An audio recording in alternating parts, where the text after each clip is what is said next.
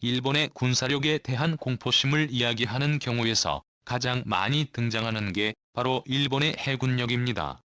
맞습니다. 일본 해군은 우리 해군에 비해 상당한 차이로 강합니다. 우리는 북한 때문에 육군에 거의 다 몰빵한 케이스라 혼자서 거의 유럽 전체와 맞짱을 뜰 수 있을 정도의 너무도 비정상적인 수준으로 강한 육군을 보유하고 있는 반면 일본의 경우 국방력의 거의 대부분을 해군에 투자한 경우이기 때문에 일본의 해군은 대한민국 해군보다 매우 강합니다. 일본의 강한 해군력에 대해 이야기할 때마다 나오는 그 이지스함을 우리는 현재 3척을 가지고 있는데 일본은 모두 10척을 가지고 있습니다. 그 외 대형 구축함들도 일본이 우리보다 그 숫자가 상당히 많습니다. 하지만 전쟁은 이지스함만 가지고 하는 게 아니며 숫자만 많다고 무조건 이기는 싸움도 아닙니다. 이순신 장군은 하루의 절반을 누워있어야 할 만큼의 끔찍한 질병에 시달리는 고장난 몸을 이끌고 한양 정치가들의 계속되는 견제와 중상모략도 모자라 그동안 청소권만 들고 힘들게 훈련시켜온 배와 수병들을 7,000량 해전에서 모두 잃은 상태에서 판옥선단 12척과 겁에 질린 조선 수병들의 정신을 다잡아 끌고 나가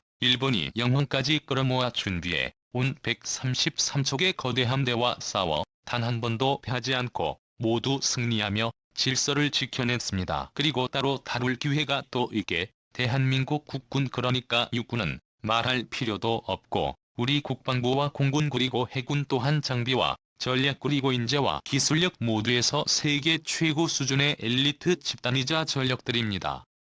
네, 안녕하십니까. 군사기밀 뉴스피드입니다. 알람 설정을 하시면 영상 업로드 시 바로 시청하실 수 있습니다. 그 중에서도 특히 우리 한국 해군은 린데 훈련에서 보여준 작사 및 고스트 운용 능력만 보아도 마치 아웃복서의 신이 이순신의 환생을 보는 듯 거대한 덩치와 숫자를 무의미하게 만들어버리는 신들린 전투력을 세계 군대 앞에서 보여주었습니다. 따라서 단지 일본이 우리보다 국방비가 얼만큼 많고 일본 해군이 실상과 구축함이 몇 대 더 있기 때문에 우리 해군은 몰살당할 것이다라고 말하는 것은 장비와 숫자 따위로는 결코 표현될 수 없는 우리 군과 우리 군인들의 능력에 대한 커다란 무죄이자 신뢰입니다. 전쟁이 시작되면 우리 해군이 일본의 그 잘난 해군과 바다 한가운데서 만나 정직하게 맞짱을 떠는 일은 절대 없습니다. 손에 총이 있는데 뭐하러 독일은 적과 육탄전을 벌입니까? 우리에게 현무 미사일이 있기 때문입니다. 대한민국의 미사일 기술은 세계에서도 손가락 안에 들 정도로 최고 수준입니다. 지난 30년 동안에만 700조 원이라는 국방비를 쏟아 부어 만들어낸 대한민국이 괴물 군대에서 포와 함께 가장 살벌한 무기가 바로 현무 미사일입니다. 참고로 가장 최근에 개발된 청부사 미사일의 경우 사거리가 800km의 탄두 중량이 무려 1톤입니다. 그게 지상 1km 위로 솟구쳐 올라간 후 요격 자체가 불가능한 마하 10의 속도로 수직 낙하하며 전 목표물을 향해 그대로 타격해버리기 때문에 전술핵급으로 분류되는 무려 2킬로톤의 어마무시한 파괴력을 발휘합니다. 당연한 이야기로 저기서 탄두 중량을 절반으로 줄이면 산술적으로 사거리는 1500km를 넘어가게 됩니다.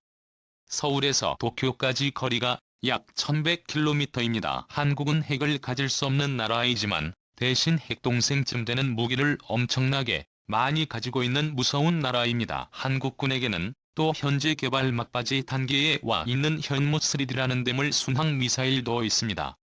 사정거리가 무려 3000km입니다. 세계에서 1500km 이상 급순항 미사일을 보유한 국가는 미국, 러시아, 이스라엘 그리고 우리 대한민국뿐입니다. 그런데 그 기술력이 이상으로 무서운 것이 바로 그 양입니다. 한국은 음식에 있어서 그런 것처럼 손이 크고 식탐이 엄청납니다. 우리 군에게는 박으로 공식적으로 알려진 것만 총 6,000개가 넘는 미사일이 있으며 보유하고 있는 포탄의 양은 무려 800만 발입니다. 우리 덩치보다 10배는 큰 국가와 1대1로 싸워도 박살내버릴 수 있을 정도로 체급을 한참 넘어서 버린 4위 수준의 전투력을 가지고 있는 나라가 바로 대한민국입니다.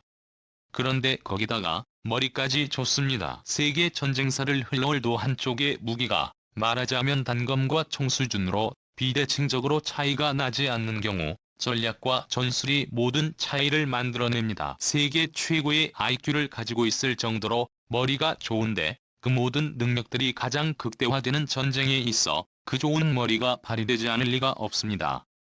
말하자면 한국군은 일종의 사기 게임이다. 게다가 일본에 비해 우리에겐 이지스함과 구축함의 수가 적을지는 몰라도 대신 우리는 길이 500km짜리 초대형 항공모함 위에서 적에게 미사일 불벼락을 쉬지 않고 쏟아 붓습니다. 적과 너무 가까이 붙어 있어 기동할 필요조차 없는 6,000발의 미사일이 장전된 거대한 항공모함이 바로 남한입니다. 그래서 전쟁이 시작되고 나면 우리는 육지에서 일본 해군의 이지스함과 구축함들 그리고 일본 본토의 주요 공간들과 각종 군사시설들을 향해 수백 수천 발의 미사일을 발사할 것입니다. 일본의 이지스함들이 하늘의 조기 경보기에 도움까지 받아가며 추적하고 막을 수 있는 것은 그 전체 공격 중 많이 잡아채 10%도 안 될 겁니다. 나머지는 모두 명중하고 그걸로 일본이 한국군의 일본 본토 상륙을 막을 수 있는 전력은 거의 대부분 개별되어 버립니다. 일본의 이지스함 때문에 우리 3육군이 전멸할 것이라고 하는데 더욱 이지스함이 떠있는 상태에서 우리 상륙군을 바다로 보내는 것은 바보나 할 짓이고 한국군은 바보가 아닙니다.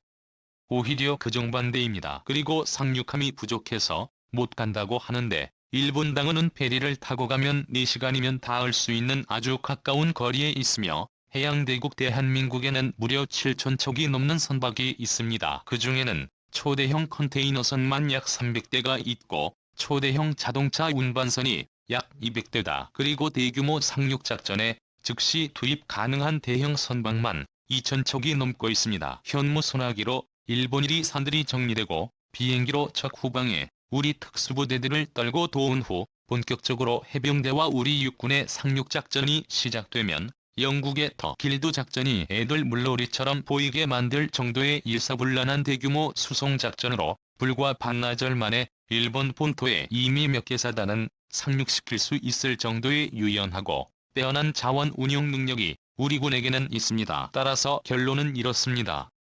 일본은 이지스함이 아니라 이지스함 할아버지가 와도 우리 현무 미사일 공격을 막을 방법이 없습니다. 게다가 공대지 타격 능력이 아예 없고 또 있어도 그 사거리가 너무 짧아서 F-35 타고 그것으로 왔다가는 우리 해안에 닿기도 전에 우리 방공망에 벌집이 될 것이기 때문이며 설령 운이 좋아 격추되지 않는다고 해도 돌아갈 자국 공항은 이미 자갈밭으로 변해 있을 것이기 때문에 김포공항에 착륙해야 합니다. 따라서 일본은 미사일 발사 지점 타격이 애초에 불가능해 남은 항공모함에서 발사하는 그 수많은 미사일을 막을 방법이 없어 속수무책으로 당하고만 있어야 합니다. 그리고 그렇게 현무 미사일에 의한 1차 미사일 쓰나미가 우선적으로 일본을 휩쓸고 지나가고 나면 2차 쓰나미인 대한민국 상륙군을 막을 수 있는 방법이 아예 없고 한국 육군이 일본 본토에 상륙하는 순간 그 이후의 상황은 굳이 말로 할 필요는 없을 것 같습니다. 일본은 미국의 도움 없이는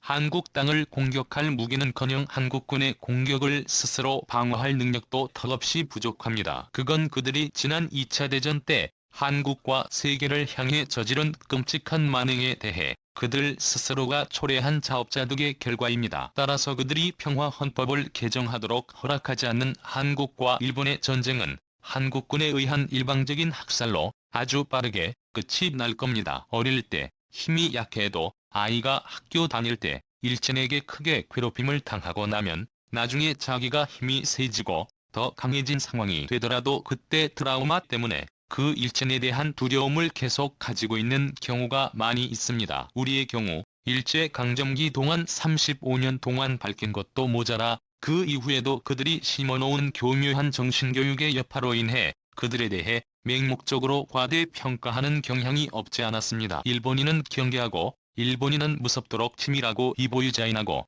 일본인은 성실하고 부지런하다는 믿음 같은 것들 말입니다. 하지만 사실은 일본인들보다 더 영리하고 지혜로우며 필요할 때 더 꼼꼼하고 치밀하고 상황에 따라서는 100배는 더 잔인해질 수 있으며 세계에서 가장 성실하고 부지런한 민족이 바로 한국인들입니다.